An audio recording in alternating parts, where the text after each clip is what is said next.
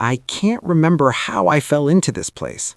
One second, I was bending down in the office building's fire exit to pick up my dropped ID card. The cold metal surface had just brushed my fingertips when the concrete floor beneath me suddenly softened like melted wax. There was no sense of falling, no weightlessness, only a sharp, piercing hum that felt like it was stabbing through my eardrums. When I opened my eyes again, the world had been stripped down to a monotonous, dead yellow. This is Level 0, the first layer of the Backrooms. I later learned it has an ironic nickname, the tutorial level.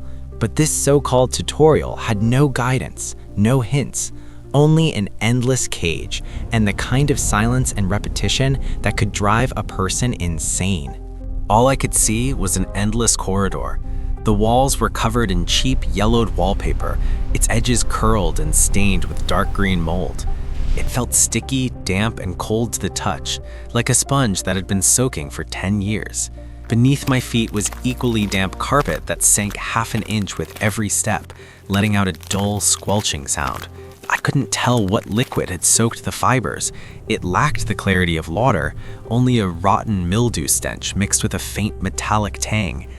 When it drifted into my nose, my stomach churned uncontrollably. The fluorescent lights above were the only source of light here.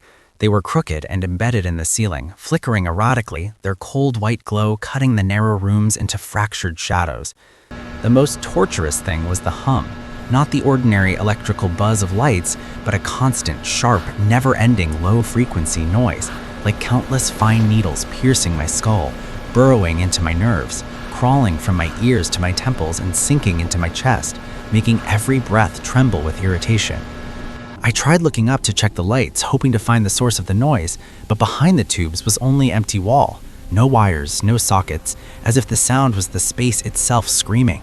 The space here was distorted. At first, I kept my sanity, walking straight ahead, trying to find an exit. But after walking for what felt like an eternity, the rooms, wallpaper, carpet, and lights in front of me were exactly the same as when I started. I had looped back to where I began. Refusing to give up, I turned around and followed my own footprints back, but the corridor behind me instantly changed. The once straight path had curved. The layout of the rooms, the position of the molds on a wallpaper, even the flickering frequency of the fluorescence were all completely new.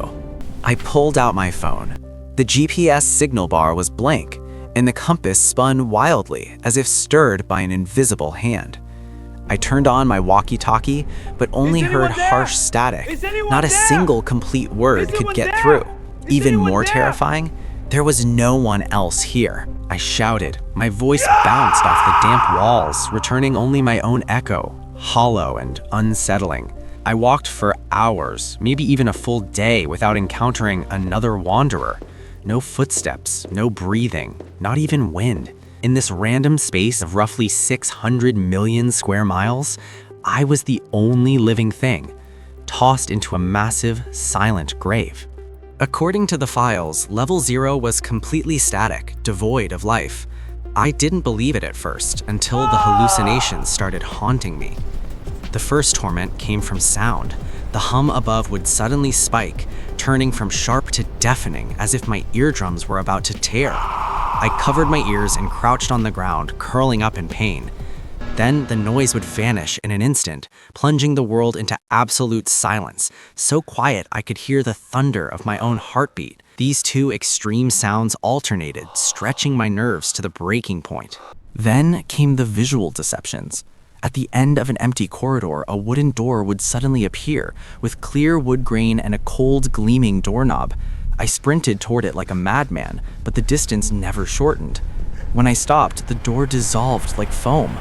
Sometimes a staircase would materialize in the corner, spiraling upward. I reached out to touch it, but my fingers passed through empty air. The strangest thing was déjà vu. Every room felt unfamiliar, yet every glance told me I had been here before. The mold spots on the wallpaper, the damp marks on the carpet, the angle of the lights, all struck the blind spots of my memory perfectly, leaving me unable to tell reality from illusion, whether I had truly walked these halls or my brain had invented them out of loneliness. For a while, I kept hearing voices. They were soft, mixed into the hum, like someone whispering right next to my ear. But I couldn't understand a single word. It wasn't Chinese, wasn't English, not any language I knew. The syllables were bizarre, the tone cold, as if some inhuman entity was communicating. I turned toward the sound, only to see empty rooms and the same unchanging yellow walls. And then there were the things beneath the walls.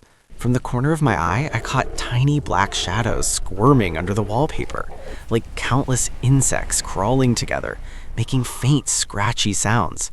I snapped my head around, and the wall instantly smoothed out, not a single wrinkle left. But the feeling and sound of crawling lingered vividly in my senses, making my whole body go numb, afraid to go near the walls ever again. I began to understand. The hallucinations here were no accident. They were the space strangling lonely souls.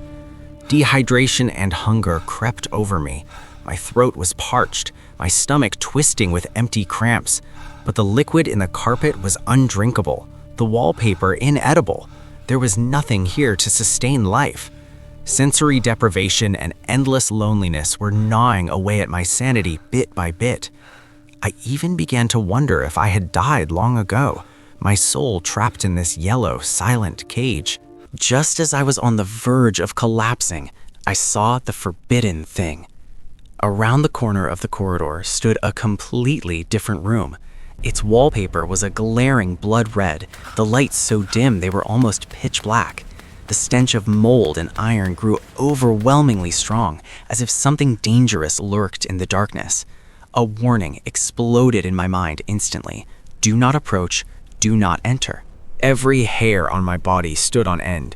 Primal fear shot from my soles to the top of my head. I didn't dare breathe loudly, turned around and ran in the opposite direction, not daring to glance at the red room again. It was the only anomaly in level 0, and the only warning of death. Carbon dioxide levels slowly rose. The air grew stuffier, every breath feeling heavy, my chest crushed by a boulder. I collapsed onto the carpet. Damp liquid soaked through my clothes, cold seeping to my bones. My vision darkened, my consciousness fading. I thought I would die like so many who came before me in this unknown cage, not even leaving a body behind. At the moment my mind was about to slip away, the space beneath my feet softened again. Not falling, not teleporting, just a weightless feeling of clipping out, like passing through a thin membrane. The hum, the yellow walls, the damp carpet vanished in an instant. In their place, a dim warehouse, cold concrete floors, and distant, faint footsteps. I had reached level 1. I touched my chest. My heart was still beating. I was still alive. But the yellowed wallpaper, the never-ending hum, the squirming shadows beneath the walls, they were burned into my memory forever. The journey through the backrooms had only just begun, and I would never forget that yellow, silent cage that had trapped me in loneliness.